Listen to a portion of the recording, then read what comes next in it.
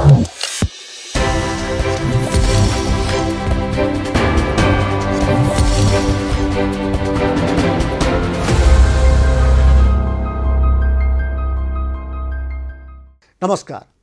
कार्यक्रम कोरोना अर्थतन्त्र र बजेटमा यहाँहरूलाई हार्दिक स्वागत छ।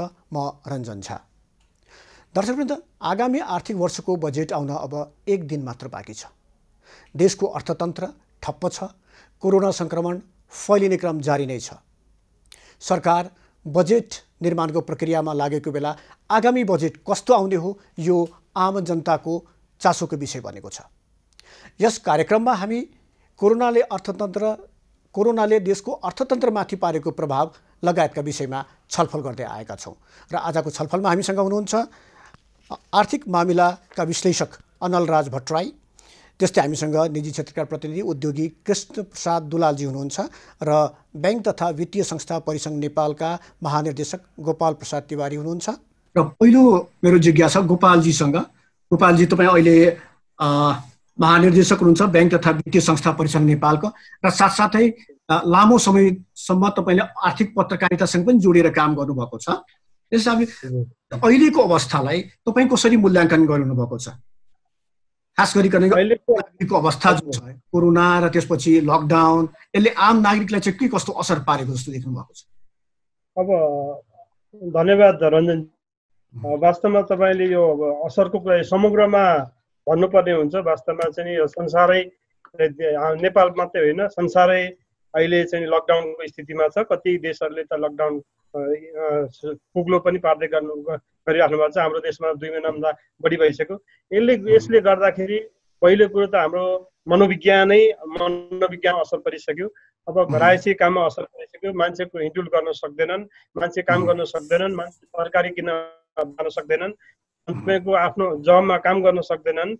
अनि त्यसपछि त्यसले गर्दा सोसियो इकोनोमिक इम्प्याक्ट चाहिँ हाउसहोल्डदेखि, घर परिवारदेखि अफिस र राष्ट्र र अन्तर्राष्ट्रिय क्षेत्रमा एउटा चाहिँ सोसाइटल जुन इन्टिग्रेसन, एकीकृत हुने यो इन्भाइरोमेन्टलाई अहिले डिस्ट्रप्सन बनाएको छ। यसले चाहिँ विच्छेद पारेको छ यो कोरोना भाइरसले गर्दा, जसले गर्दा तपाईँको बाँच्नको लागि असर भएको छ, उद्योग गर्नलाई नै असर भएको छ र हिँडुल गर्नमा असर भएको छ। त्यसैले समग्रमा यसले धेरै असर गर्छ। त्यसले अल्टिमेटली चाहिँ हाम्रो मनोविज्ञान, साइकोलोजी, सामाजिक समस्याहरू उत्पन्न भइरहेछन्।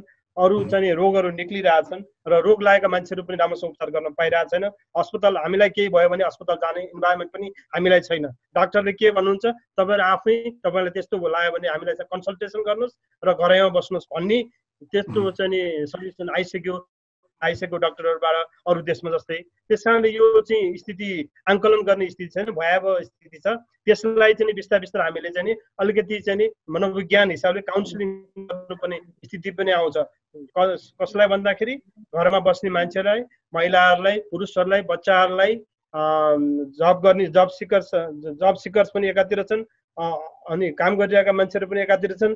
अर्कोतिर बिजनेसम्यानहरू पनि एकदम टर्चर, साइकोलोजिकल टर्चर परिसक्यो व्यवसायहरूलाई। यो देश कसरी अब अगाडि बढ्ने भन्ने कुरा अन्डोल छ वास्तवमा अहिले।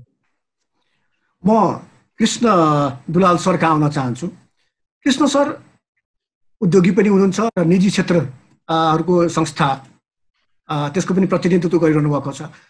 अहिले उद्योग धन्दा, कल कारखाना, यिनीहरूमा चाहिँ के कस्तो असर देखिएको छ यो कोरोना र त्यसपछिको लकडाउन? लामो समय भइसक्यो, 2 महिनाभन्दा बढी पनि भइसक्यो लकडाउनको। सर्वप्रथम त धन्यवाद यस कार्यक्रममा बोलाइदिनु भएकोमा। म नाडाको अध्यक्ष र उद्योग वाणिज्य महासङ्घको केन्द्रीय सदस्य साथै राजस्व समितिको उपसभापति पनि भएको हुँदा मैले नजिकबाट यो हेर्न मौका पाएको छु। म 2-3वटा कुराहरू यहाँलाई सम्झाउन चाहन्छु। एउटा, पहिला हाम्रो समस्या के हो हैन, र हामीले सुझाव के दियौँ, र अब समाधान कसरी सरकारले सोचेको होला, यो हामी कल्पना गर्न सक्छौँ, त्यति मात्र हो। त्यो समाधानतिर हामी जान सक्दैनौँ। अहिले हामीले समस्या भोगेका छौँ र सुझाव हामी दिँदैछौँ हैन। समस्याहरू कस्तो छ भने सम्पूर्ण व्यवसाय बन्द छ हैन, मजदुर बेरोजगार हुँदैछन् हैन, राजस्वको ढिकुटी खाली हुँदैछ हैन। व्यवसायहरूको, अघि सरले पनि भन्नुभयो, व्यवसायहरूको मनोबल गिर्दो अवस्थामा छ। अब यो भन्दा ठुलो भयावह स्थिति देशमा हुनै सक्दैन। अहिलेसम्म हाम्रो हाम्रो इतिहासमा भनौँ न, हामीले नदेखेको इतिहास भन्छु म, अहिलेसम्म नदेखेको इतिहास हामीले बनाउँदैछौँ, सिर्जना गर्दैछौँ। अब काम खान पाइन्छ भन्ने खालको सोच पनि केही कर्मचारीहरूमा विकास भएको देखियो है। हामी पास लिने बेलामा उद्योग व्यवसायलाई खोल्ने भनेर पास दिन लिने बेलामा पनि गयौँ, अरू ब्याङ्कमा पनि गयौँ, काम नगरिकन कर्मचारीले तलब पाइरहने कोही चाहिँ काम गर्नुपर्ने भन्ने खालका कुराहरू पनि हामीले सुन्यौँ होइन। अथवा हामीले काममा आउनुपर्छ भने अहिले हामीलाई डबल तलब दिनुपर्छ भन्ने खालको पनि समस्या हामीले देख्यौँ। यी भए समस्या होइन। व्यवसाय सम्पूर्ण रूपमा लकडाउन छ, यसमा नाफा घाटाको केही नसोचौँ। अहिले कुनै स्थितिमा हामी छैनौँ, नाफा हिसाब गर्ने त कुरै आएन यसमा होइन। समग्र व्यवसाय नै अब उठ्छ कि उठ्दैन, व्यवसायलाई अगाडि बढाउन सकिन्छ कि सकिँदैन, उद्योगलाई अगाडि बढाउन सकिन्छ कि सकिँदैन भन्ने ठाउँमा हामी पुगिसकेका छौँ। अझै यो लकडाउन बढ्यो भने त्यो भयावह स्थिति हुन्छ र त्यस कारणले गर्दा हामीले सुझाव के दिएका छौँ त भन्नुहुन्छ भने, सुझाव हाम्रो पहिलो सुझाव त लकडाउन अब खोलौँ, अनुशासित बनौँ, स्वास्थ्यको अनुशासन नियम लागू गरेर अब व्यवसाय सञ्चालन गरौँ होइन, उद्योग सञ्चालन गरौँ, देशलाई अगाडि बढाउँ। यो स्थिति केही खराब आउला पनि, केही सङ्ख्या बढ्ला पनि, तर त्यसमा पनि डराइकन कोरोनासँग लड्न सिकौँ।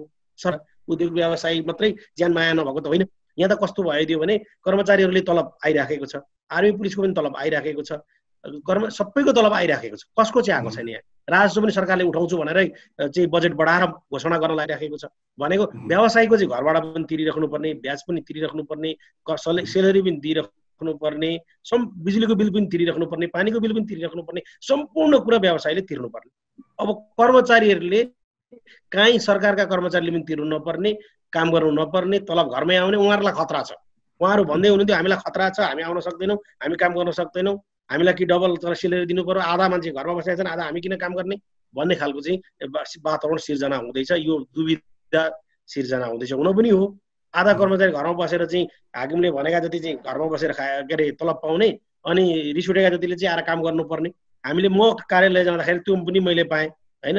त्यसले गर्दाखेरि यस्ता कुराहरूबाट अब उम्किनको लागि सरकारले लकडाउन खोल्नुपर्छ। सबभन्दा ठुलो राहत चाहिँ अब त्यो हो, किन लकडाउन खोलेर सुरक्षित भएर आफ्नो व्यवसाय र आर्थिक चलायमान गर्नुपर्छ। हामीले पहिलो सुझाव त्यो दिएका छौँ।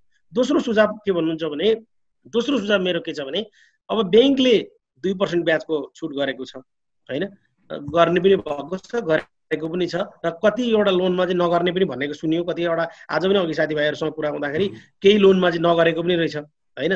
त्यस्तो हुनु हुँदैन। सम्पूर्ण लोनमा सरकारले, राष्ट्रिय ब्याङ्कले तोकिसकेपछि त्यो 2% छुट हुनुपर्छ र बाँकी रहेको 2% पनि ब्याङ्कले थप गरेर, ब्याङ्कले 4% छुट गर्नुपर्छ। 2% राष्ट्रिय ब्याङ्कसँग लिएर छुट गर्ने, 2% आफैले छुट गर्ने। अहिले 2% ब्याङ्कले आफैले मात्रै छुट गरेको छ, राष्ट्र ब्याङ्कले दिएको छैन। सायद मलाई लाग्छ बजेटबाट केही हुन्छ कि भन्ने मलाई आशा लागेको छ होइन। यसरी छुट दियो भने त्यो राहतबाट, ब्याङ्कले व्यवसायलाई दिएको राहतबाट सम्पूर्ण व्यवसायीहरू एकैसाथ केही माथि जान सक्छन्। त्यसलाई सामरा म फेरि आउँछु तपाईँ कहाँ। म अनल राजजीका आउन चाहन्छु। अनल राजजी नेपालको अर्थ क्षेत्रलाई बहुत नजिकबाट निहालिरहनु भएको छ र पृष्ठभूमि पनि ब्याङ्किङ पृष्ठभूमिको हुनुहुन्छ। यो अर्थतन्त्रको हिसाबले हामीले कुरा गऱ्यौँ भने अहिले हामी कुन अवस्थामा छौँ र यो जुन अहिले चैत 11 गतेदेखि लकडाउन भयो, हुन त अहिले अलिकति छिटो होला, हतार होला अहिलेसम्म को क्षतिको मूल्याङ्कनको बारेमा कुरा गर्दाखेरि, तर अहिलेसम्म यो कोरोना र त्यसपछिको लकडाउनले पुर्याएको क्षति के कस्तो छ र हामी कुन अवस्थामा छौँ अर्थतन्त्रको हिसाबले? पहिला त मलाई यो प्रोग्राममा बोल्न दिनुभएकोमा धन्यवाद छ। मेरो चाहिँ एउटा सरस्वती विचार के भने, हाम्रो नेपालको टोटल जिडिपी 37 खरब रुपियाँको अहिले छ। 37 खरब रुपियाँको जिडिपीमा अब हामीले कति भनौँ न मासिक हिसाबले क्यालकुलेसन गर्यो भने एक महिनामा 3 खरब रुपियाँको कन्ट्रिब्युसन हुनुपर्छ। 3 खरब रुपियाँको कन्ट्रिब्युसन हुनुपर्छ। त्यसमध्ये 2 महिना गर्दाखेरि 6 खरब रुपियाँको कन्ट्रिब्युसन हुनुपर्छ। त्यसमा कतिपय एक्टिभिटी चलेको अवस्थामा छ, कतिपय एक्टिभिटी नचलेको अवस्थामा छ। भनेपछि कुनै एक्टिभिटीले कन्ट्रिब्युसन कन्टिन्यू गरि नै रहेको छ, त्यसमा सरकारी खर्च भनौँ, त्यसमा हस्पिटलको केही भनौँ, कुनै ट्रान्सपोर्टका केही चिजहरू अथवा खाद्यान्नका केही चिजहरूमा ट्रान्ज्याक्सन भइरहेको छ, त्यसले कन्ट्रिब्युसन कन्टिन्यू गरिरहेको अवस्था छ। समग्रमा हेर्दाखेरि 2 महिनाको लकडाउनमा हामीले प्रत्यक्ष रूपले क्यालकुलेसन गर्दाखेरि त्यसको असर कस्तो देखिन्छ भने करिब अब 6 खरब रुपियाँ चाहिँ नि एक्टिभिटीमा इफेक्ट देखिन्छ तर त्यसलाई चाहिँ असर चाहिँ करिब 4 खरब जतिको असर पर्न सक्ने सम्भावना छ लकडाउन बढ्दै गएको अवस्थामा। हामीले के सोच्नुपर्छ, चैत 11 गतेबाट लकडाउन सुरु भयो भन्ने सोच्नु हुँदैन। चैत अगाडिदेखि नै हाम्रो क्रस बोर्डर ट्रान्ज्याक्सनमा असर आउन थालिसकेको थियो। अनल सर, हामी क्षतिको कुरो गरिरहेका थियौँ र 4 खर्ब लगभग हाम्रो क्षति भइसक्यो यो लकडाउनको अवधिमा। यसलाई अरू के तरिकाले हामी मापन गर्न सक्छौँ? जस्तै आर्थिक सूचकाङ्कको कुरा गऱ्यो भने हामी कुन ठाउँमा छौँ अहिले? अब आर्थिक सूचकाङ्कको हिसाबले अहिले भर्खरै निकालेको आइएमएफको रिपोर्ट अनुसार पनि हाम्रो जीडीपीको ग्रोथलाई 1% भन्दा तल हुन्छ भन्ने प्रक्षेपण गरिसकेको अवस्था छ। त्यो पनि के भने त्यो डाइनामिक छ। अहिले यो यति लस हुन्छ भनेर भन्न सक्ने सम्भावना छैन। यसको अब हामी न्यू नर्मलतर्फ गइरहेको छौँ। इभन अहिले व्यापार व्यवसाय जस्तो कृष्णजीले भन्नुभयो जस्तो व्यापार व्यवसाय सुरु गरिदिने हो भने पनि त्यहाँ के हुन्छ भने सोसियल डिस्टेन्सिङ मेन्टेन गर्नुपर्ने र 3 फिट अथवा 4 फिटको ग्यापमा चाहिँ इम्प्लोइलाई फेरि रिपोजिसनिङ गर्दा त्यहाँ क्यापिटल एक्सपेन्डिचर ठुलो रकम गर्नुपर्ने अवस्था देखिन्छ। भनेपछि अहिले भइरहेको व्यापार व्यवसायको एक किसिमले चाहिने जुन किसिमले भनौँ न व्यापार नभएर घाटा भइरहेको अवस्था छ भने अर्कोतर्फ फेरि क्यापिटल एक्सपेन्डिचर गर्नुपर्ने अवस्था सिर्जना हुन सक्छ। किनभने नयाँ नर्मलमा जान सकिँदैन। र फेरि हामीले के हेर्छौँ भने यो पिरियडमा हामी एज अ पब्लिक, जनरल पब्लिकले यो जब हामी कन्जम्सन बेस्ड इकोनोमी र हामीले यो महिनामा 2 महिनामा कति कन्जम्सन डिमान्ड कम गर्यौँ, हामीले आफै आफ्नो माग कति कम गर्यौँ भन्दा खाद्यान्न बाहेक हामीले अरू चिज माग गरेको छैन अहिलेको अवस्थामा। भनेपछि हामीले अरू चिजमा हाम्रो जुन खर्च गरिन्थ्यो त्यो खर्च सबै रोकिएको अवस्थामा नेपालको इकोनोमी 81% कन्जम्सन बेस्ड इकोनोमी भएको हुनाले यसले चाहिँ अरू सूचाङ्कलाई पनि धकेल्दै जान्छ। अब वित्तीय क्षेत्र रह्यो, वित्तीय क्षेत्र त्यसमा सबैभन्दा ठुलो नेपालको इकोनोमी भन्दा ठुलो साइजको वित्तीय क्षेत्र छ। वित्तीय क्षेत्रले चाहिँ यसलाई निकै ठुलो असर पर्ने सम्भावना देखिन्छ। किनभने वित्तीय क्षेत्र भनेको अरूलाई लोन दिएर एसेट्स दिएर त्यसबाट ब्याज असुल गर्नुपर्ने र ब्याज असुल गरेपछि त्यसले चाहिने निक्षेपकर्तालाई ब्याज दिने र त्यो लगानीकर्तालाई डिभिडेन्ड दिने दुईटै उसले काम गर्छ। अब यहाँ के रह्यो भने उसको स्रोत जुन निक्षेपमा ब्याजबाट आउने स्रोत जुन आय हुन्थ्यो त्यो आयमा चाहिँ कमी आउने सम्भावना देखियो। त्यो मात्रै होइन, उसको अदर इन्कम अन्य अपरेसनल इन्कमहरू पनि घट्ने सम्भावना देखियो। यो भनेको मतलब सबै ट्रान्ज्याक्सन इकोनोमीको सबै भनौँ न इकोनोमिक एजेन्ट चाहिँ अप्ठ्यारो परेको अवस्थामा अब अहिले सूचकाङ्क हामी पोजिटिभमा छौँ अथवा हामी एकदमै ठिक अवस्थामा छौँ भन्ने छैन। अहिले हामी धेरै तल गइसकेका छौँ, त्यो नकार्न सकिँदैन र हामी पोजिटिभ ग्रोथमै रहन्छौँ भन्ने पनि सम्भावना चाहिँ अहिले छैन। यो वर्ष चाहिँ नेगेटिभ ग्रोथ पनि जान सक्ने सम्भावना छ। त्यसकारण अहिलेको इन्डिकेटरको कुरा गर्ने बेला होइन। अहिले चाहिँ के को कुरा गर्नुपर्छ भने अहिले हामीले रिकभरी प्लान कसरी जाने, रिकभरी प्लानमा अहिलेको अवस्थामा न्यू नर्मल। म अनलजीसँग फेरि एकछिनमा आउँछु। म गोपालजीसँग आउँदैछु। अब गोपालजी, एकतर्फ मानवीय स्वास्थ्यमाथिको जोखिम छँदैछ र अर्कोतर्फ लकडाउन लम्बिएको छ। फेरि हामीले हेऱ्यौँ भने उपभोक्ता या क्रेता या आम मानिसको सर्वसाधारणको खल्तीमा अब पैसा छैन, रिटिसकेको छ। अब यो लकडाउनलाई यसको कुनै विकल्पको बारेमा सोच्न सकिन्न? तपाईँले वास्तवमा एकदम एप्रोप्रिएट क्वेसन गर्नुभयो। विकल्प अब हामी लकडाउनलाई कुरेर बस्न सक्दैनौँ। लकडाउन सधैँ गरिरहने हो भने लकडाउन भनेको हामीले सर्टेन निश्चित मोडालिटी तयार गरेर अब उद्योग व्यवसाय चलाउनु पर्यो, ब्याङ्क वित्तीय संस्थाहरू पनि कम्प्लिटली चलाउनु पर्यो पूर्ण रूपमा, अनि मान्छेलाई हिँडडुल गर्ने वातावरण बनाउनु पर्यो, मान्छेलाई जागिर खान जाने वातावरण बनाउनु पर्यो। त्यो लकडाउनको समय भनेको कन्टिन्युअस लकडाउन होइन। यो ग्लोबल्ली हामीले के बुझ्नुपर्छ भन्दाखेरि लकडाउन त तपाईँलाई गेस्टेसन पिरियड दिया हो। केही समय तपाईँ लकडाउनमा बसेर आफ्नो सुरक्षाको विधिहरू अपनाएर आफ्नो जीवनयापन गर्ने एउटा मोडालिटी तयार गरेर अगाडि बढ्नुहोस् भने हो। लकडाउन सधैँ गर्नलाई लकडाउन सुरु गरे होइन।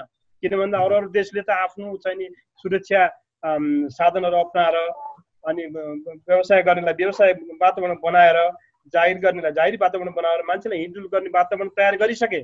तर हामी यसलाई अझैसम्म तयार गर्न सकिरहेको छैनौँ र हामी यो लकडाउनमा हामीले त एउटा स्पेसिफिक के भन्छ निश्चित एउटा हटस्पटलाई हामीले चाहिँ नि पहिचान गरेर त्यसमा सठिक चाहिँ नि सुरक्षा तरिका अपनाएर अगाडि बढ्नुपर्छ भनेर मैले पहिलेदेखि नै भनेको हो। अब हामीले पनि ब्याङ्क तथा वित्त संस्था परिसङ्घले पनि बेला बेला सरकारलाई सजेसन दिँदाखेरि अलिकति चाहिँ नि मान्छेको एउटा आय आर्जन गर्ने बाटो नि सजिलो बनाउनु पर्यो। किन भन्दा ब्याङ्क तथा वित्त संस्थाहरूलाई चलाउन पनि सहज वातावरण हुनु पर्यो।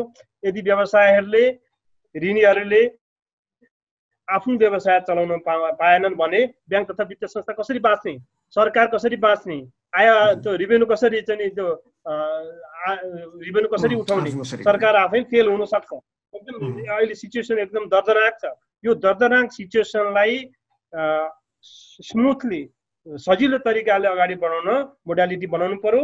सबैलाई चाहिँ आफ्नो काम गर्न जाऊ भनेर अरू देशका राष्ट्रपति प्राइम मिनिस्टरले प्रधानमन्त्रीले भने जस्तै हाम्रो देशका प्रधानमन्त्री मन्त्रीज्यूहरूले पनि के भन्नु पर्यो भन्दाखेरि तपाईँ आफ्नो काममा लाग्नुहोस्, सुरक्षित तरिकाले लाग्नुहोस्, हामी यो व्यवस्था गरिदिन्छौँ, यो वातावरण तयार गर्छौँ भनेर गभर्मेन्टले चाहिँ नि एउटा चाहिँ नि विश्वास दिलाउनु पर्यो। अब छेकबार गरेर तँलाई अफिस जान दिन्न, तँलाई पास चाहिन्छ, तैँले यसो गरिनुहोस् भन्ने होइन।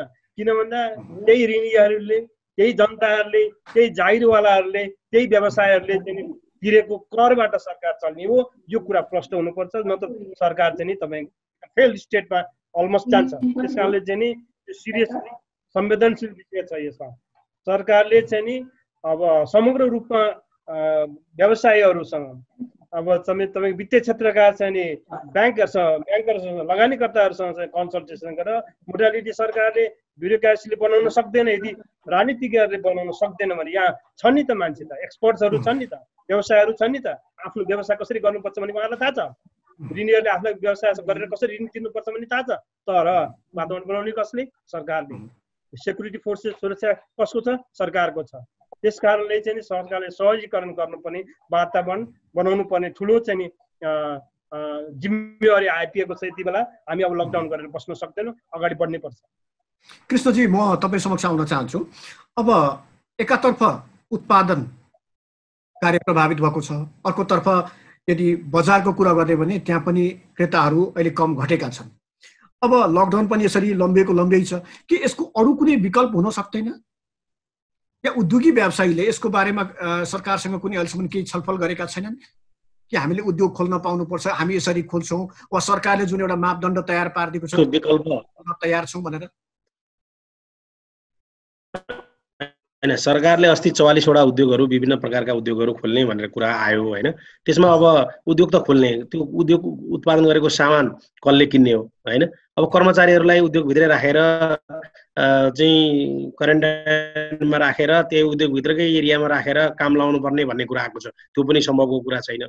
अब पासकै व्यवस्था एउटा उद्योगले पास लिन जाँदाखेरि हैन, स्वास्थ्य सुरक्षाको हिसाबले भए पनि त्यो कतिको यथार्थ हो त? यथार्थ त उपलब्ध हुन सक्दैन नि। त्यो कुनै व्यवसायीले त्यहाँभित्र कर्मचारीलाई राखेर काम गराउन, सरकारले आफ्ना कर्मचारीलाई राखेर काम गराउन सकेको छ? ब्याङ्कहरूले आफ्नो ब्याङ्कभित्र कर्मचारीलाई राखेर काम गराउन सकेको छ? छैन। अनि उद्योगीले चाहिँ किन भित्र राखेर काम सक्ने? उसले चाहिँ कहाँबाट ल्याएर त्यो व्यवस्था? सरकारले पास दिने कुरामा पनि त्यो पास व्यवसायलाई चाहिँ त्यो ट्याक्स फिर्ता दिए जस्तो सोचेको छ। उसले ट्याक्स पास दिन अघि गोपाल सरले पनि भन्नु हो, ट्याक्सको यति समस्या छ, कुनै पनि व्यवसायले लिन गयो भने समस्या छ त्यहाँभित्र पनि। अब त्यो कुरा पनि छोडिदियो। अब अहिलेको विकल्प भनेकै लकडाउन खोल्नुपर्छ होइन। सरकारबाट त्यति ठुलो आशा पनि व्यवसायले गरेका छैनन्, किनभने सरकारको ढिकुटी कत्रो छ सबै व्यवसायीले बुझेका छन्। तर दुई चारवटा कुरामा मैले अनुराज सरलाई र गोपाल सरलाई पनि भने, ब्याङ्कसँगै सम्बन्धित व्यक्तिहरू हुनुहुन्छ, सबैभन्दा ठुलो कुरा भनेको सरकारले अहिले लकडाउन खोलेर अलिकति मात्रै राहत, धेरै पनि चाहिएको छैन क्या।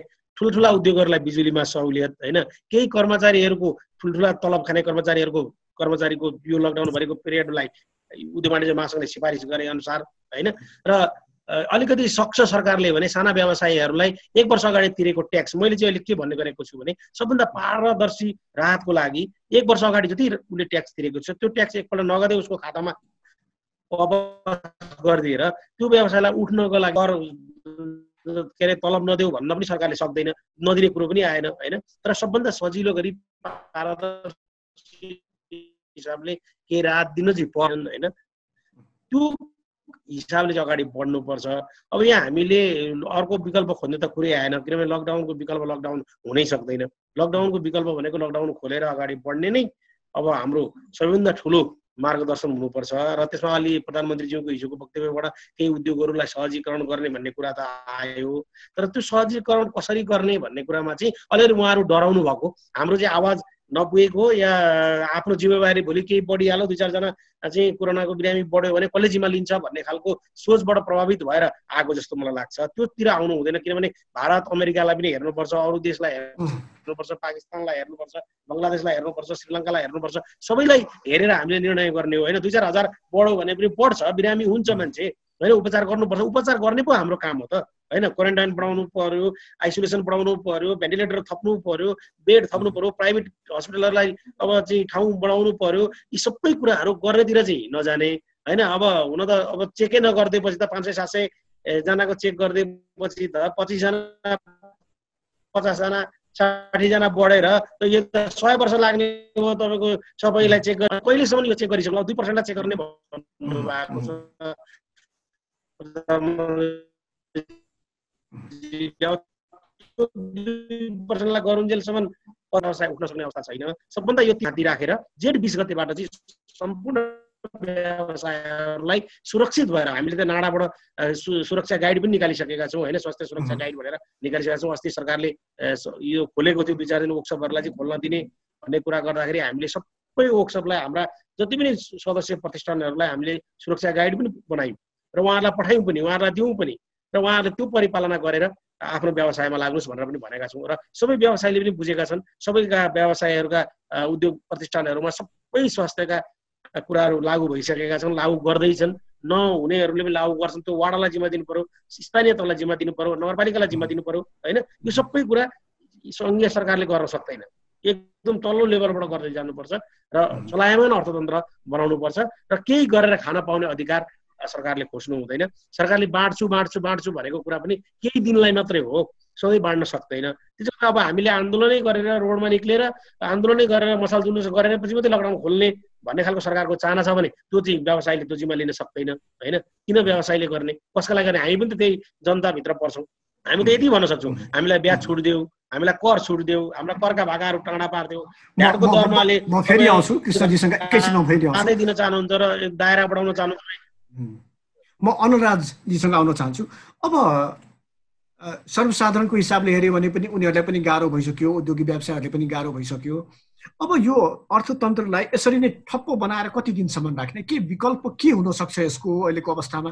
हुन त अर्कोतिर पनि पछिल्लो 1 सातालाई हामीले हेर्ने भने कोरोना सङ्क्रमणको सङ्ख्या अलिकति बढ्दो छ नेपालमा। अर्कातर्फ अर्थतन्त्र बिल्कुलै एकदमै ठप्प भइसकेको छ। के हुनसक्छ यहाँ विकल्पको रूपमा? कसरी हामी अगाडि बढ्ने? सबैभन्दा ठुलो कुरा त जनताको स्वास्थ्यलाई विचार गर्नुपर्छ। अर्थतन्त्रलाई हामी रिकभरी गर्न सक्छौँ। रिकभरी गर्ने कतिपय चिज पोलिसीगत कारणले हामीले त्यसलाई चाहिँ पन्छाउन सक्छौँ। कतिपय चिज जस्तो भन्नाले ब्याङ्कमा तिर्ने ब्याजलाई हामीले डेफर्ड गर्न सक्छौँ। अहिले हाम्रो मात्रै मुलुकमा नभइकन सम्पूर्ण विश्वमै यसको असर परेको हुनाले कुनै पोलिसीगत रेस्पोन्स गर्दा नेपालले मात्रै गरेको भन्ने हुँदैन। त्यसकारण हामीले अहिले त्यो मौकाको फाइदा उठाउन सक्छौँ। चाहिँ व्यापार व्यवसाय भएको समस्या भनेको एउटा ब्याज भुक्तानी गर्ने, कर्मचारीलाई तलब दिने, उत्पादन भएको सामानलाई व्यवस्थापन गर्ने, उत्पादन गर्नको लागि र मेटेरियल ल्याइदिने, यो सबै चिजहरू गर्न सरकारको संयन्त्र त्यो चाहिँ नि भनौँ यो फिजिकल ट्रान्सपोर्ट र इन्फ्रास्ट्रक्चर मिलाउन सरकारको क्षमता अहिले म देख्छु विभिन्न कारणले गर्दा।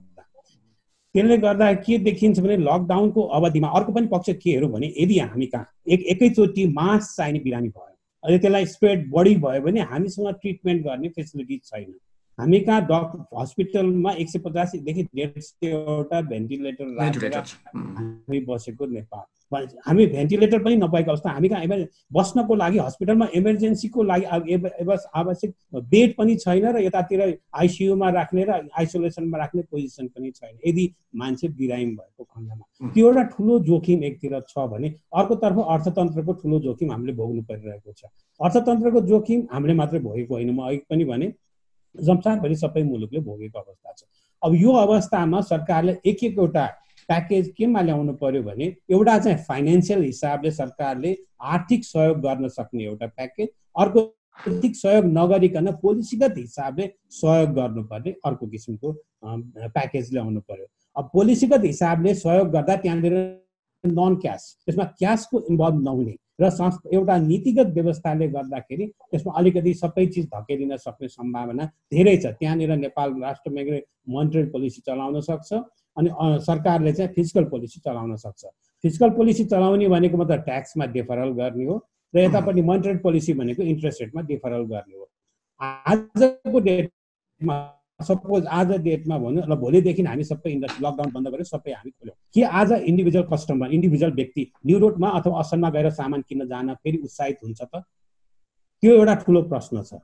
भनेको मतलब उपभोक्ताले उपभोग गर्ने सामान लिनको लागि ऊ व्यापार हुने ठाउँमा जान्छ कि जाँदैन, त्यो पनि एउटा ठुलो समस्याको कुरा छ। त्यसैले हामीले अहिले एकदम ब्यालेन्स भएर हेर्नुपर्छ। यतातिर सरकारले को क्षमता हेर्नु पर्यो, क्षमता दुइटै, आर्थिक क्षमता र ट्रिटमेन्ट गर्न सक्ने क्षमता, हामी दुइटैमा एकदमै नाजुक छौँ, त्यो एकदमै सोच्नुपर्छ। त्यसकारण अहिलेको अवस्थामा लकडाउनलाई कस्तो हिसाबले जानुपर्छ भने हो हामीले अत्यावश्यक उत्पादन गर्नुपर्ने चिजलाई खोलौँ, त्यसमा चाहिँ एकदमै त्यसको स्वास्थ्य व्यवस्था कसरी मिलाउन सकिन्छ भनेर हेरौँ र अर्को जुनमा सकिँदैन केही चिजलाई अलिकति पछाडि लगे हुन्छ त्यस्तो चिजमा चाहिँ आर्थिक प्याकेज एनाउन्स गरौँ।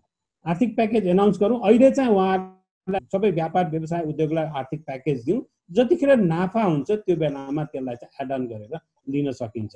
अहिलेको अवस्थामा हामी हडमा एकैचोटि सबै चाहिने हामी चाहे जस्तो अवस्थामा होस् हामी बाहिर निस्किन्छौँ भन्यो भने आफैले मनमा मलाई आफैले सोच्नुहोस्, म एज एन इन्डिभिजुअल म आज गएर न्यू रोडमा गएर मैले सामान किन्ने म सपना देख्छु।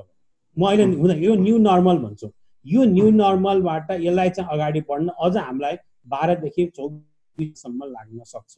यो अवस्थामा सरकारले अब यो वर्षको बजेटलाई यो वर्षलाई कुनै आर्थिक वृद्धि भन्दा पनि यो वर्ष चाहिँ अब हामी केमा जान्छौँ भने रिकभरीमा जान्छौँ र यो वर्षको बजेटले 24 महिनासम्मको पोजिसनलाई चाहिँ प्रोजेक्सन गर्नु पर्यो, अर्को 12 महिना प्लस गरेर। अनि त्यसपछि हामी रिकभरी भएर हामी 12-24 महिनामा यस्तो किसिमको रिकभरी गर्छौँ। यसको लागि त्यो हिसाबले पोजिसनिङ गर्दै गयो भने बेटर हुन्छ।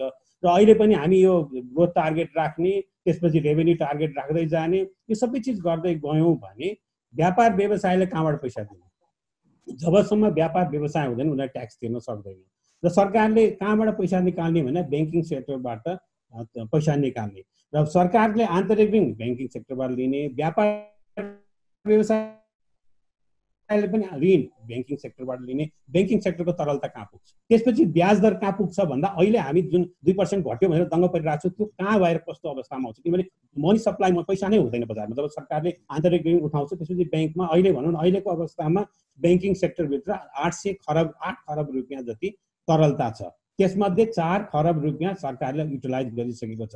बाँकी रकम चाहिँ नि अझै पनि त्यो ब्याङ्किङ सेक्टरलाई चलायमान गर्नलाई आवश्यक हुन्छ। यस्तो अवस्थामा सरकारले आन्तरिक ऋण पनि उठाउन सक्दैन। त्यहीतर्फ हाम्रो चाहिँ यो रिमिटेन्स पनि एकदमै कम भएर जाने, रिमिटेन्स नआउँदाखेरि निक्षेप बढ्न नसक्ने, कर्जाकोमा उपभोक्ताको चाहिँ नि माग घटिरहेछ, त्यसले गर्दा उत्पादन भएको सामान बिक्री हुन नसक्ने, यी सबै चिजले गर्दा अहिले चाहिँ नि लकडाउनलाई एकदमै क्यालकुलेटिभ भएर खोल्नुपर्ने हुन्छ। खोल्नको लागि एकैचोटि खोल्न चाहिँ सकिँदैन, अलिकति केयरफुल के हुनु पर्यो। त्यही भएर सरकारले प्याकेज दिनु पर्यो। त्यही भएर एउटा चाहिँ इकोनोमिक स्टिमुलस प्याकेज आवश्यक छ। अहिले हामी लकडाउन खोल्छौँ भनेर जानुभन्दा सरकारले स्टिमुलस प्याकेज ल्याउनु पर्यो, त्यसमा हामी सबै सहभागी हुन्छौँ भन्ने र इभन पब्लिक जनतालाई पनि आह्वान गर्नु पर्यो सरकारले। गोपालजी, अब अहिले सरकारले गरेको जुन राहतका कार्यक्रमहरू या विभिन्न किसिमका सहुलियतका कुराहरू सरकारले गरेको छ वा पहल गरिरहेको छ, यो पहललाई तपाईँले कसरी लिनुभएको छ? के यो पर्याप्त हो? धन्यवाद। वास्तवमा पहल त केही रूपमा गरेको देखिन्छ होइन, तर यो चाहिँ नि कार्यान्वयन पक्षमा अब भनौँ न इन्ट्रेस्ट रेटको कुरा, ब्याज दरको कुरा, अनि चाहिँ नि व्यवसायहरूलाई वातावरण बनाउने कुरा, ब्याङ्क वित्तीय संस्थाहरू चाहिँ नि कम्प्लिटली खोल्ने कुराहरू, त्यो चाहिँ नि वातावरण अहिलेसम्म बनिसकेको छैन। अब चाहिँ नि सर्टेन कुराहरू चाहिँ नि ब्याज दरको कुरा राष्ट्र ब्याङ्कले गर्यो, अब ब्याङ्कहरूले पनि आफ्नो हिसाबले गर्लान्, ब्याङ्क तथा वित्तीय संस्थाहरूले। तर त्यसमा पनि उद्योगी व्यवसायीहरूको अलिकति आपत्ति छ। हजुर, उद्योग व्यवसायहरूको त आपत्ति हेर्नुहोस् कस्तो, किन भन्दाखेरि उद्योग व्यवसायहरू कसरी यस्तो हुन्छ। मैले भर्खरै एउटा चाहिँ आज एकजना अमेरिकाको साथीसँग कुरा गरेका थिएँ। अमेरिकामा व्यवसाय गर्दाखेरि एउटा रेस्टुरेन्ट व्यवसाय, एउटा होटल व्यवसाय गर्ने मान्छे अहिले चाहिँ बन्द गरेर बसेको छ, तर सरकारले चाहिँ नि उसलाई त्यो व्यवसाय बन्द भएको कारणले $65,000 उसलाई रिपे गर्यो, पे ब्याक गर्यो। भनेपछि त्यो व्यवसाय अन्त भएर जान्छ, किन भन्दा उसले त पहिलेदेखि कर तिरेर आइरहेछ, रोजगारी सिर्जना गरिरहेको छ होइन, सरकारलाई कर पनि तिर्ने, रोजगारी पनि सिर्जना गर्ने। आफ्नो त्यो हिसाबले चाहिँ अरू देशमा चाहिँ नि जुन हामीले हेरिरहेका छौँ उदाहरणहरू, हाम्रो देशमा पनि अलिकति त्यो खालको सहजीकरण खोज्या हो कि वास्तवमा सबैलाई सहजीकरण, ब्याङ्क तथा वित्तीय संस्थालाई चाहियो। अब किनभने म पहिला उद्योग वाणिज्य महासङ्घमा नै बसिसकेको र व्यवसायहरू कति चिन्तित हुनुहुन्छ। त्यो ऋणीहरूले चाहिँ नि आफ्नो व्यवसाय सञ्चालन गरेर मैले बजारमा गएर केही सामान किनिसकेपछि त्यो पैसा त च्यानलाइज हुने हो मार्केटमा, उद्योगमा, अनि सरकारलाई कर जाने हो। त्यो कुरा त बुझ्नु पर्यो नि सके। यो त साइकल हो पापा। मैले बजार सामान किन्छु, त्यो सामान चाहिँ उद्योगबाट आउँछ, अनि उद्योगले चाहिँ आफ्नो उत्पादन बढाउँछ, उत्पादन बढाएपछि फेरि सरकारमा जान्छ, अनि त्यो उत्पादन बढाएपछि कर तिर्छ होइन। यी कुराहरू, यो साइकल, यो चक्रलाई अलिकति कहाँ लिङ्क भएको छ, व्यवसायलाई कति समस्या परेको छ भन्ने कुरा चाहिँ हामीले बुझ्नुपर्ने। तर त्यो अलिकति 60 दिन बितिसक्दा पनि अलिकति कम भएको हो कि भन्ने महसुस भइरहेछ। एउटा कुरो त्यो लकडाउनलाई हामीले एउटा बहानाको रूपमा लियौँ, लकडाउन भनिदियौँ, हामीले केही पनि गर्न सक्दैनौँ, सरकारको स्तरबाट चाहिँ के भएको छैन भन्दा हुन्छ। हजुर एकदम बहानाको रूपमा भन्दा लकडाउन त गर्नुपर्ने थियो नि, थियो खास तयारी गर्नुपर्ने केही यसमा हो। लकडाउन त गर्नुपर्ने थियो, गर्यो, ठिक छ, केही समयलाई गर्ने हो, तर यो सधैँलाई गर्ने होइन। किन भन्दा तपाईँलाई एउटा म भनौँ, नेपालको अर्थतन्त्रमा 75% भन्दा बढी रोजगारी साना तथा मझौला उद्योगले दिन्छ मेरो रिसर्चले। म एउटा कुरो के भन्दा, म PhD को रिसर्च गर्दा पनि यो आइडेन्टिफाई गरे, पत्ता लगाएको। त्यसपछि अर्को कुरा, टोटल इन्टरप्राइजेस, टोटल सङ्घ संस्थामा व्यवसायमा झन्डै 90% चाहिँ साना तथा मझौला व्यवसाय छन्। भनेपछि तपाईँको उहाँहरूले चाहिँ नि तपाईँ अर्थतन्त्र चलायमान बनाउन धेरै सहयोग गर्छन्। ठुला उद्योगलाई नि सहयोग गर्छन्, सरकारलाई नि सहयोग गर्छन्, र अनौपचारिक क्षेत्रलाई नि सहयोग। किनभने अनौपचारिक क्षेत्र चाहिँ अहिले झन्डै 60% छ नेपाल सरकारकै डाटाले। अब त्यो सबै त्यो छरिएर रहेको एउटा चाहिँ नि समुदाय जुन एउटा करमा आइसकेको छ, ट्याक्स नेटमा आइसकेको छैन, त्यसलाई समेत मोबिलाइज गरेर सरकारले आफ्नो चाहिँ नि ढुकुटी चाहिँ नि बलियो पार्ने इन्भाइरोमेन्ट चाहिँ नि वातावरण चाहिँ बनिसकेको छैन। त्यस कारणले साना तथा मझौला व्यवसाय जति बरुवर्स धेरै त्यसमा छन्, ब्याङ्कको ऋण पनि लिएका छन्। त्यस कारणले उहाँलाई चाहिँ अलिक रिलिफ प्याकेज, होइन हाम्रो अनल सरले पनि भन्नुभयो, रिलिफ प्याकेज त ल्याउनै पर्छ, न त उनीहरू उठ्नै सक्दैन, अहिले थच्चिएका छन्, यिनीहरू आइसियुमा छन् अहिले। अब मान्छे आइसियुमा बस्ने कि अब व्यवसायलाई नै आइसियुमा राख्ने। अब हाम्रो दुईटा चोइस छ। प्रधानमन्त्रीले आफ्नो सोमबारको सम्बोधनमा अर्थतन्त्रलाई चलायमान बनाउनको लागि सरकार एकदमै गम्भीर छ भनेर भन्दै हुनुहुन्थ्यो। त्यो हामीले सकारात्मक रूपमा लिएको छौँ। त्यो सकारात्मक रूपमा लिएको हुँदाहुँदै त्यसका चाहिँ विभिन्न मन्त्रालय, प्रशासन, उद्योग व्यवसायसँग एउटा चाहिँ संयुक्त रूपमा छलफल गरेर कार्यान्वयनमा ल्याउनु पर्यो नि त बाबा। 2 महिना भइसक्यो, तपाईँ एउटा रिलिफ प्याकेज ल्याउनलाई कति महिना लाग्छ? 1 हप्ता, 2 हप्ता, 1 महिना नि भनौँ ल, त्यो त आउँथ्यो होला नि त। अथवा पहिले एनाउन्स गर्नु। यो यस्तो सङ्कटको महासङ्कट, मैले त महासङ्कट भन्छु, महासङ्कटको परिस्थितिमा बेला बेलामा व्यवसायीहरूलाई, ऋणीहरूलाई उत्साह गर्नुपर्ने व्यवस्था छ। मनोवैज्ञानिक रूपलाई पनि, वित्तीय क्षेत्रको रूपमा, वित्तीय हिसाबले पनि, र उहाँको चाहिँ बाँच्न पाउने एउटा अधिकारको हिसाबले पनि धेरै कुराहरू चाहिँ विचार गर्नुपर्ने छ। गार्जियन भएपछि, बाबुआमा भएपछि छोराछोरीलाई राम्रोसँग चाहिँ हेर्न सक्नु पर्यो भन्ने कुरा मात्रै हो। मेरो चिन्ता त्यही मात्रै हो। त्यस कारणले एसएमईलाई अलिकति राम्रोसँग ध्यान दिनु पर्यो होइन। त्यसपछि अहिले अर्को एउटा टोटल चाहिँ अब अलिकति चाहिँ यो सप्लाई चेन छ नि, तपाईँको आपूर्ति प्रणाली डिस्टर्बेड थियो। अहिले सरकारले अलिकति इनिसिएटिभ लिएको छ कृषि मन्त्रीज्यूले। त्यसलाई अझ चाहिँ व्यवस्थित रूपमा अगाडि बढाउनलाई, उत्पादकहरूलाई चाहिँ सही मूल्य, आफ्नो उत्पादनको सही मूल्य बजारमा ल्याउनको लागि त्यो चाहिँ नि सहजीकरण गर्नु अति आवश्यक छ। यो एउटा दिगो रूपमा सञ्चालन गर्नुपर्छ, नत्र भने हाम्रो फेरि चाहिँ नि अर्को समस्या आइपुग्छ। अर्को कुरो फुड ग्रेन्सहरू समस्या, हाम्रो अब बाली नाली उत्पादन गर्ने लगाउने बेला आइसक्यो, कोही उत्पादन गर्ने अहिले कलेक्सन गरेर सङ्कलन गर्ने बेला छ, लगाउने बेला आउनु लागेको छ। त्यसलाई चाहिँ नि अब कसरी यिनीहरूलाई सहजीकरण गर्ने भन्ने कुरा त एकदम जटिल कुरा हो। यो कुरा भएन भने हाम्रो चाहिँ खाद्य सङ्कट आउँछ नेपालमा। खाद्य सङ्कट आएर अनि हामीले चाहिँ अब लकडाउन भनेर बस्ने कि खान नपाएर बस्ने मर्ने कि बाँच्ने जस्तो जोधारमा म फेरि तपाईँसँग म अहिले कृष्णजीसँग आउन चाहन्छु। कृष्णजी, यो उद्योग व्यवसायलाई पुनः चलायमान बनाउनको लागि सरकारले अहिलेसम्म के गर्नु पर्थ्यो? के तपाईँहरूसँग कुनै छलफल वार्ता यस्तो भएको छ कि छैन? जस्तै उहाँले भन्दै हुनुहुन्थ्यो सरकार र उद्योगी व्यवसायको बिचमा एउटा निरन्तर छलफल हुनु पर्थ्यो, के यस्तो छलफलहरू भएको छ कि छैन? तपाईँहरूले दिएको सुझाव कतिको मानेको छ सरकारले?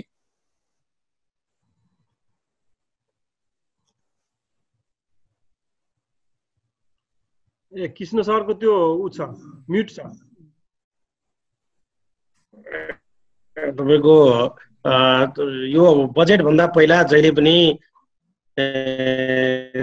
3वटा 4वटा 5वटा 10औं मिटिङहरू हुन्थे, सुझावका मिटिङहरू हुन्थे। हामीले उद्योग वाणिज्य महासंघदेखि लिएर नाडादेखि लिएर हरेक क्षेत्रमा हामीले सुझावका कार्यक्रमहरू गर्थ्यौँ। अनुराज सरलाई पनि थाहा छ, उहाँसँगै बसेर कतिवटा बजेटका सुझावहरू हामीले दिएका थियौँ, सरसल्लाह गरेका थियौँ होइन। त्यो अवस्था योपल्ट आएन। बजेटमा कुनै पनि व्यवसायले सुझाव भनेको एउटा हामीले मेलबाट सुझाव पठायौँ, भेटेर सुझाव दिन खासै पाएको अवस्था होइन। उद्योग वाणिज्य महासंघले लिखित रूपमा मेल गरेर पठाएको सुझाव छ। परिस्थितिले गर्दा पनि होला, त्यो मान्नुपर्छ। अहिलेसम्म अरू देशहरूमा चाहिँ बजेटलाई पर्खेर बसेनन् होइन। सबै सरकारहरूले प्रधानमन्त्रीकै मुखबाट पनि यति रुपियाँको घोषणा गरिनेछ भन्ने कुराहरू हामीले सुन्यौँ होइन। कति डुबेका उद्योगहरूलाई प्रत्यक्ष रूपमा चाहिँ मैले यति पैसा दिएर सहयोग गरेर त्यो उद्योगलाई बचाएँ, त्यो कन्स्ट्रक्सन कम्पनीलाई बचाएँ भनेर पनि भारतमा हामीले भनेको सुन्यौँ होइन। 20 लाख करोडको चाहिँ बजेट के अरे राहत प्याकेज भारतीय प्रधानमन्त्रीको मुखबाट पनि सुन्यौँ। त्यस्तो राहत प्याकेजहरू घोषणा गर्दैमा बजेटलाई त्यसले कुनै अप्ठ्यारो त पर्दैन थियो होइन। त्योभन्दा अगाडि नै दिएको भए पनि हुन्थ्यो। अब समग्रमा बजेटले त्यसलाई सम्बोधन गर्ला भन्ने कुरामा थिएन, बजेट पुर्नुपर्ने आवश्यकता थिएन। अब बजेट पुरिसकेपछि अब व्यवसायहरूले चाहे जस्तो अथवा सबै जनताले चाहे जस्तो बजेट आउला भन्ने हामीसँग आशा छ होइन। अब यो बजेटले कति सम्बोधन गर्ला नगर्ला भन्ने कुरा आफ्नो ठाउँमा छ। तर पनि व्यवसायहरूले त्यत्रो ठुलो, मैले उद्योग वाणिज्य सङ्घले पठाएको, हामी सबैले पठाएको, सबैले देखेका छौँ, त्यत्रो ठुलो आशा राखेका छैनन् सरकारसँग। सानो आशा राखेको छ, त्यसमा मात्रै ध्यान दियोस्। अघि यो अगाडिको एउटा जुम कार्यक्रममा पनि कृषिको कुरा अघि सरले उठाइहाल्नुभयो। अलिकति आन्तरिक कृषिलाई चाहिँ प्रमोट गर्ने खालको होइन, स्थानीय तहमा चाहिँ त्यो स्वदेशी राष्ट्रिय स्वदेशी कृषि यस्ता कुराहरू अनि नगद राहत दिने र नगदको दुरुपयोग गर्ने कुराहरू भएका छन्। यो बजेटले कतिको यसपल्ट समेट छ होइन। हामी बजेटको कुरामा आउँदैछौँ। यान्त्रिकरण पनि सामान किनेरै दिने जनतालाई होइन। हजुर, त्यस कारणले गर्दाखेरि अब यो सरकारले सोचेर अगाडि बढ्नुपर्छ र यसलाई दुईटैलाई जोडेर अगाडि बढ्नुपर्छ भन्ने मलाई लाग्छ। म अनुराजीको आउन चाहन्छु। अनुराजी, यो अर्थतन्त्रलाई अहिले बिल्कुलै ठप्पको अवस्था छ। यो अर्थतन्त्रलाई पुनः चलायमान बनाउनको लागि सरकारले के कस्ता कदम चाल्नुपर्ने हो अहिलेको अवस्थामा? सरकारले धेरै किसिमको कदमहरू चाल्नुपर्छ। पहिला त अघि गोपालजीले भन्नुभएको जस्तै हाम्रो सप्लाई चेन नै डिस्टर्ब छ, त्यसमा फरवर्ड लिङ्केज र ब्याकवर्ड लिङ्केज दुइटैमा इन्टिग्रेसनमा प्रब्लम छ। न हामी प्रडक्सनसम्म आउन सक्छौँ, न उत्पादन भएको सामानलाई उपभोक्तासम्म पुर्याउन सक्छौँ। त्यसले गर्दा यो सप्लाई चेन म्यानेजमेन्ट जुन डिस्टर्ब भएको छ त्यसलाई नै एउटा व्यवस्थित गर्नुपर्ने पहिलो कदम त्यसमा छ। दोस्रो कुरा के छ भने सरकारको पनि विभिन्न किसिमको एन्टिटीहरू छ, विभिन्न किसिमको सरकारले विभिन्न चरणमा विभिन्न भनौँ न किसिमको उपस्थितिबाट सरकारले आफ्नो उपस्थिति देखाउँछ भनौँ न। त्यसमा प्रान्तीय सरकार, यो हाम्रो स्थानीय सरकारहरूको उपस्थितिबाट देखाउँछ। ती सरकारहरूको उपस्थितिलाई चाहिँ नि जनताले फिल गर्न सक्ने हिसाबले राहत वितरण कार्यमा पठाउनु पर्यो। अहिले के भने बटम अप पिरामिड जस्तो अहिले गोपालजीले भन्नुभयो विभिन्न कारणले गर्दा, जस्तो बालीलाई भित्राउनु पर्ने अथवा रोपाई गर्नुपर्ने अवस्था भइरहेको बेलामा लकडाउनले के गर्छ भन्दा त्यहाँनिर त्यो समस्या समाधान गर्नतर्फ लाग्नु पर्यो। र अहिले चाहिँ कतिपय साना तथा मझौला व्यापार व्यवसाय बसिरहेका छन्, जसले चाहिँ अब गोपालजीले 90 भन्नुभयो, 95% सम्म पनि त्यसको कन्ट्रिब्युसन छ। त्यसले चाहिँ नि त्यसको कन्ट्रिब्युसनलाई फेरि चलायमान गराउनको लागि क्यास चाहिँ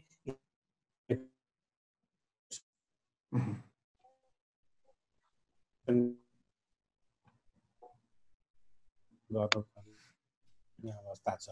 अब यो नीति कन्सल्टेट गरेको जस्तो के भने यो प्याकेज ल्याउनको लागि हामीले यत्रो समय कुर्नुपर्छ कि पर्दैन थियो त, यो बजेटलाई नै कुर्नुपर्ने अवस्था थियो कि थिएन त भने त्यो पक्का पनि थिएन। हामीले पहिले नै अनाउन्स गरेर व्यापार व्यवसायको मनोबल बढाउन सक्थ्यौँ। त्यो मनोबल बढाउने तर्फ चाहिँ सरकारले प्रयास नगरेको देखिन्छ। अब भोलि बजेट आउँदैछ, त्यसबाट के होला भन्ने कुरा हो। तर हामीले के भन्न सक्छौँ भने अहिले उद्योग व्यवसाय र अर्थतन्त्र चलायमान गराउनको लागि आवश्यक चिज भनेको नगद प्रवाह हो। नगद प्रवाह ठप्प भएको हुनाले नगद प्रवाहको उचित व्यवस्थापन गरिदिने काम चाहिँ सरकारले पहिलो प्राथमिकताको रूपमा राख्नु पर्यो। अब नगद प्रवाह कसरी गर्न सकिन्छ त, ठुलो च्यालेन्ज त्यसमा छ। एउटा के भने व्यापार व्यवसायले भुक्तानी गर्नुपर्ने सरकारलाई अथवा अन्य क्षेत्रमा गर्नुपर्ने भुक्तानी कम्प्लायन्सको कारणले गर्नुपर्ने भुक्तानीहरूलाई केही समय पछाडि धकेलिदिन सकिन्छ। त्यसबाट खर्च भएन भने त्यो एउटा चाहिँ के भने सेभिङ भयो भने त्यसले चाहिँ नि अरू व्यापार सञ्चालनमा गर्न सक्छ। र यो अवस्थामा जस्तो सेन्ट्रल ब्याङ्कको कतिपय प्रुडेन्सियल नर्म्सहरू छ, जस्तो हामीले कोल्याट्रल टु लोनको कुरा गर्छौँ, इन्कम टु लोनको कुरा गर्छौँ, डेट इक्विटीको कुराहरू गर्छौँ। अहिले यो अवस्थामा त्यस्ता प्रुडेन्सियल नर्ममा केही खुकुलो गरिदिनु पर्यो। र नेपाल जस्तो सिसिडी रेसियो जुन सरकारले तरलता बढाउनको लागि सरकारलाई भार नपर्ने गरी तरलता बढाउनको लागि राष्ट्र ब्याङ्कको प्रुडेन्सियल नर्म्सहरू अलिकति खुकुलो गर्नलाई यो फिस्कल पोलिसीमा बताइयो भने हुन्छ होला। किनभने फिस्कल पोलिसी चाहिँ नि यही मोनेटरी पोलिसी फिस्कल पोलिसीको आधारमा बन्ने भएको हुनाले फिस्कल पोलिसीमा टार्गेट ड्रिभन नभइकन रिकभरी ड्रिभनको हिसाबले अगाडि बढ्नु पर्यो। यो वर्ष हामीले रिकभरीलाई मात्रै फोकस गर्नु पर्यो र अहिले चाहिने नचाहिने साना साना प्रोजेक्टहरू जुन हामीले गरिरहन्छौँ, छरिएका प्रोजेक्टहरूमा पैसा खर्च गर्छौँ, त्यो चाहिँ नगर्ने र व्यापार व्यवसायको उत्थानको लागि अगाडि गर्ने हिसाबले लग्यो भने हुन्छ। अहिलेको कुरै भनेको के भने व्यापार व्यवसायलाई पैसाको आवश्यक छ, त्यो पैसाको उपभोग वित्तीय क्षेत्रबाट अथवा चाहिँ सरकारी क्षेत्रबाट उपभोग गराउने र त्यो सस्तोमा गराउने। उपभोग गराउने भनेर महँगोमा गराएर पनि त्यसमा इन्ट्रेस्ट रेट कम हुनु पर्यो र सरकारले चाहिँ नि नगद प्रभावलाई बढाउन सक्नु पर्यो। अहिले गर्नुपर्ने एउटै मात्रै काम हो, नगद प्रभाव बढाउन सक्यो भने हुन्छ। र यो लकडाउनको कुरा र स्वास्थ्यको कुरा चाहिँ नेपाल सरकारले मात्रै गरेर पुग्दैन। त्यो चाहिँ यो भाइरसको लागि हाम्रो जबसम्म मेडिसिन आउँदैन, जबसम्म त्यसको खोप आउँदैन, यो प्रक्रिया चाहिँ चलिरहन्छ। अब हामी न्यू नर्मल भनेर यसलाई चाहिँ हामीले कसरी एडप्ट गर्ने र व्यापार व्यवसाय कसरी चलाउने भन्ने हिसाबले सोच्नुपर्छ। तर खोल्नु भन्दैमा त्यति सजिलो खोल्छौँ भन्ने पनि छैन। त्यो पनि हामीले के सोच्नुपर्छ भने आज व्यापार खुल्यो भन्दैमा खोला भनेर भन्दैमा भोलि हामी व्यापार खोलिहाल्ने अवस्थामा पनि छैनौँ। त्यस कारण यसलाई सबै कुरा मिलाएर यो भनौँ न यसलाई न्यू नर्मललाई कसरी एडजस्ट गर्न सकिन्छ भन्ने हिसाबले जानुपर्छ। च्यालेन्ज थुप्रो छ। लेट्स वेट फर अब सरकारको रेस्पोन्स भोलि के हुन्छ। म फेरि तपाईँसँग आउँछु। म अब कार्यक्रमको हामी लगभग अन्तिममा छौँ। सरकार बजेट निर्माणको अन्तिम चरणमा पुगिसकेको छ र यसपालिको बजेटमा के कुरालाई प्राथमिकता दिनुपर्छ जस्तो लाग्छ? म गोपालजीसँग जान चाहन्छु।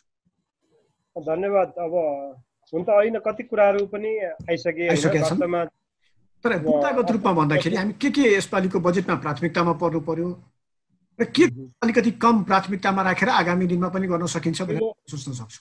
पहिलो प्राथमिकता त तपाईँको यो रिलिफ प्याकेजै भयो।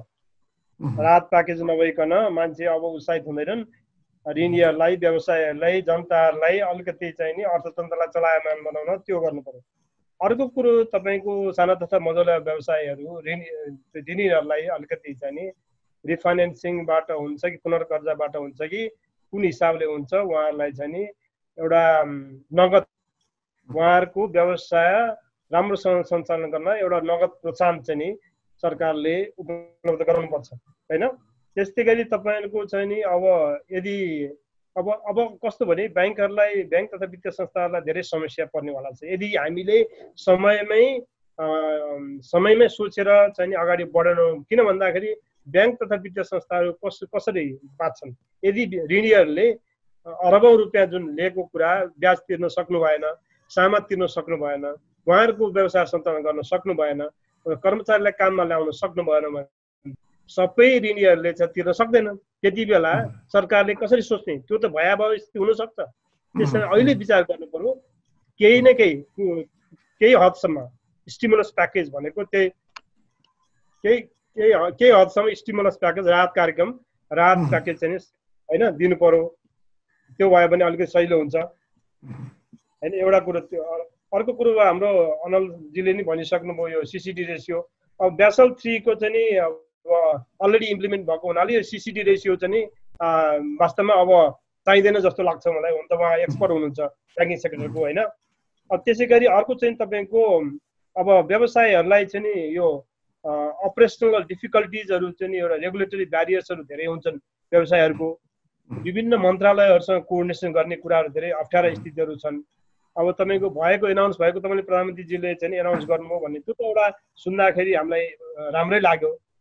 तर त्यो कार्यान्वयनमा जाँदाखेरि व्यवसायहरूलाई ऋणीहरूलाई एउटा सहजीकरण गर्ने वातावरण चाहिँ सरकारले प्रशासनले चाहिँ नि गरिदिनुपर्छ। किन भन्दा हाम्रो चाहिँ नि ब्रेड एन्ड बटर भनेकै व्यवसाय हो।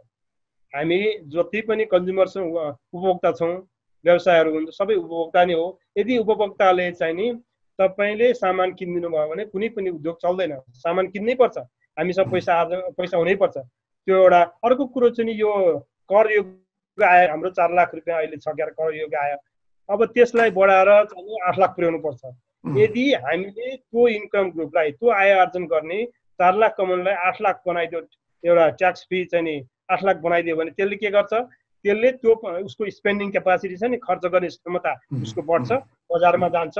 त्यसले चाहिँ त्यसपछि प्रोडक्ट्स एन्ड सर्भिसेसको उद्योगहरूको चाहिँ नि माग बढ्छ अनि उद्योगीहरूले चाहिँ आफ्नो बिजनेस एक्सपान्सन गर्छन्। अल्टिमेटली चाहिँ नि बिजनेस एक्सपान्सन गरिसकेपछि रोजगारी पनि वृद्धि हुन्छ। कृष्णजी, उद्योग व्यवसायलाई पुनः पूर्ववत अवस्थामा फर्काउनको लागि यसपालिको बजेटमा सरकारले के कुरालाई प्राथमिकतामा राख्नु पर्ला र के कुरालाई पछि राखे पनि हुन्छ? हुन्छ, अब यो हामी अहिले राख्ने क्रममै छौँ होइन। अब बजेट भोलि नै आउँदैछ। अब हामीले राखेका कुराहरूले कति के सुनाइ होलान् भन्दा पनि हामीले सुझाव त पहिले देखेको दुईटा कुरा हुन्छ। एउटा व्यवसायलाई दिने प्याकेजको कुराहरू एउटा छ होइन। देशको हिसाबले हेर्ने हो भने चाहिँ अहिले सबभन्दा ठुलो लगानी चाहिँ कृषि र पूर्वाधारका कुराहरू। अब कृषिमा सबैभन्दा ठुलो हाम्रो चाहिँ जिडिपीमा योगदान गर्ने क्षेत्र कृषि भएको नाताले अब अहिलेको बजेटले कृषिमा लगानी गरेन भने त्यहाँबाट हामी निक्लिन सक्दैनौँ। अहिले फेरि यो पैसा बाँड्नेको हिसाबले होइन, नगदको हिसाबले होइन, अनुदानको हिसाबले होइन, एउटा चाहिँ कृषिमा पनि पूर्वाधार बनाउने गरी होइन, स्वदेशी उत्पादनहरूलाई त्यो बिक्री वितरण गर्ने केन्द्र बनाउने, त्यहाँबाट एक ठाउँबाट अर्को ठाउँमा लाने ट्रान्सपोर्टेसनको व्यवस्था गरिदिने होइन, ठुलो यान्त्रिकरण गर्ने, यान्त्रिकरणका साधनहरू सामानै किनेर किसानलाई ब्याङ्क मार्फत अनुदानमा उपलब्ध गराउने, यी सबै कुराहरू यदि नियत सफा राखेर गर्ने हो भने यसले ठुलो पहिला 90% भन्ने त्यो कृषि प्रधान देश भनेर भनिन्थ्यो भने केही न केही 25-30बाट माथि गरे 40-50 सम्म पनि पुग्न सक्ने अवस्था छ। त्यसबाट अब स्वास्थ्य हाम्रो कति दयनीय अवस्था अघि भनि नै हाल्नु 120वटा कि 25वटा भेन्टिलेटर छ भनेर होइन। अब यो भारत जस्तो देशमा जम्मा 1 लाख भेन्टिलेटर रहेछ, त्यसमा पनि 2 लाख भन्दा बढी उनीहरूको बिरामी हुने बेला भइसक्यो होइन। संसारमा सबैलाई समस्या भएकै कुरा हो, यसलाई त्यति ठुलो कुरा नल्याउँ। तर अब हामी तयारी हुनुपर्छ, स्वास्थ्यमा पनि लगानी गर्नुपर्छ। लगानी चाहिँ नगर्ने, लकडाउन गरेर चाहिँ व्यवसाय बन्द गराइराख्ने भन्ने कुरा होइन। अब स्वास्थ्यमा लगानी गर्ने, सुधार ल्याउने, गाइड बनाउने, हस्पिटल बनाउने, भेन्टिलेटर थप्ने, तर काम पनि गर्ने, कोरोनासँग जुझ्ने हो होइन। कोरोना आफैले निको पार्ने हो। जब दबाई नै निक्लेन भने के गर्ने? पहिला हस्पिटल ल्याउँदाखेरि के गर्थे त हाम्रा पूर्वजहरूले?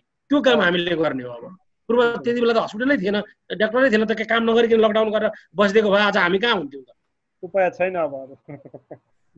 त्यसले गर्दा त्यो कुरा चाहिँ सरकारले बुझ्नुपर्छ। अर्को कुरा, अब हामीले व्यवसायले जस्ताको तस्तै मानिदिनुपर्छ। अहिले यत्रो बेर हामीले सुझावहरू धेरै दियौँ होइन। अब कति बजेटले आउला भोलि, त्यो बजेटले केही न केही सम्बोधन त गर्ला, किनभने अर्थमन्त्रीज्यूको भनाइमा र प्रधानमन्त्रीज्यूको भाषणमा मैले 3 पल्ट सुन्दाखेरि उहाँले भन्ने कुरा पनि गर्नु भएको छ, केही राहत दिने भन्ने खालको पनि कुरा गर्नु भएको छ। तर राहत कसलाई दिने हो? त्यो चाहिँ पोको पारेर एउटा अनुदानको रूपमा नयाँ व्यवसाय खडा गरेर दिने हो कि अहिले भएका व्यवसायलाई दिने हो? त्यो पनि ठुलो कुरा छ। फेरि त्यो राहत पाउने चाहिँ को हो?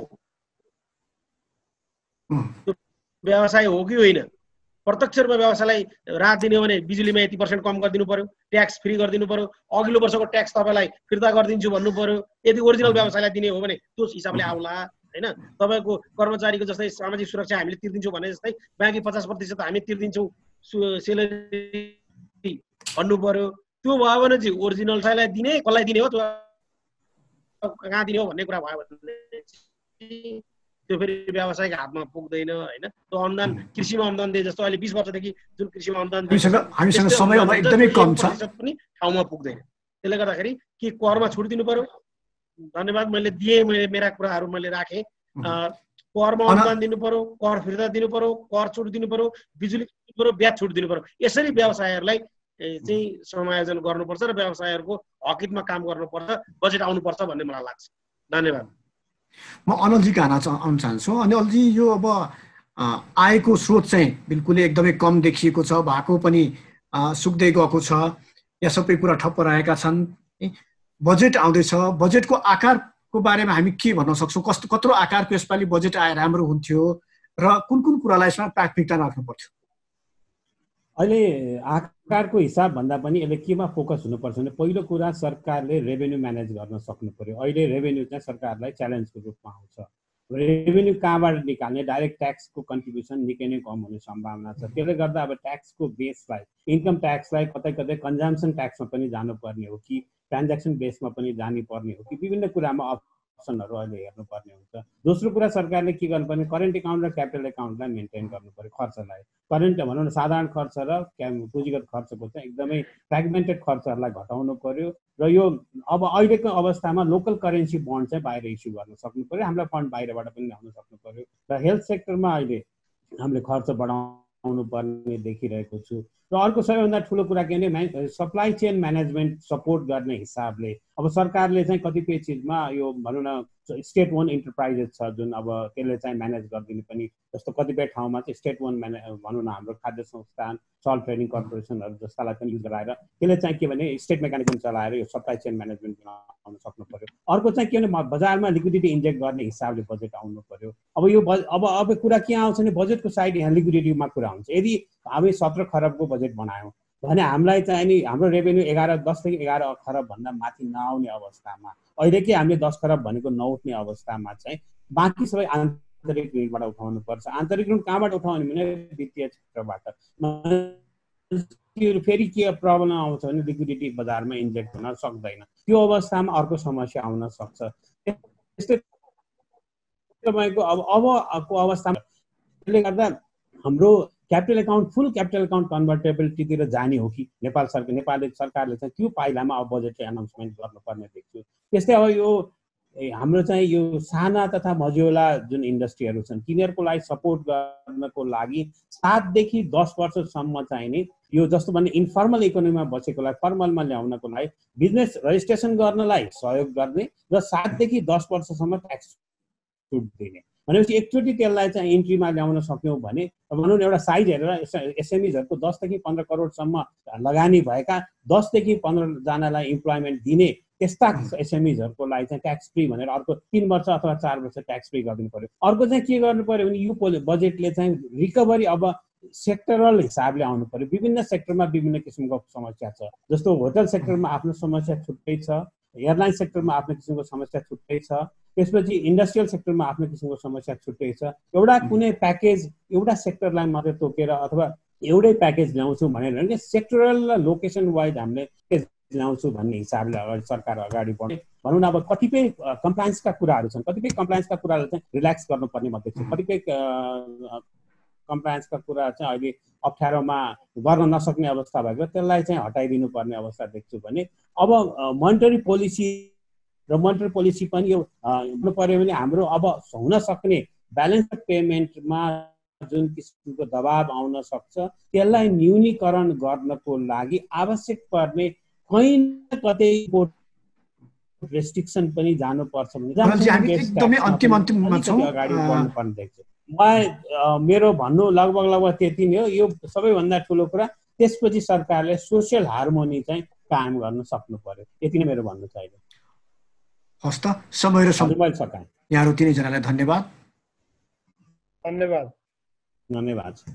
हस् त, कार्यक्रम कोरोना अर्थतन्त्र र बजेट आजलाई यति नै। खबरभित्रको खबरका लागि हेर्दै रहनुहोला एभेन्यूज खबर।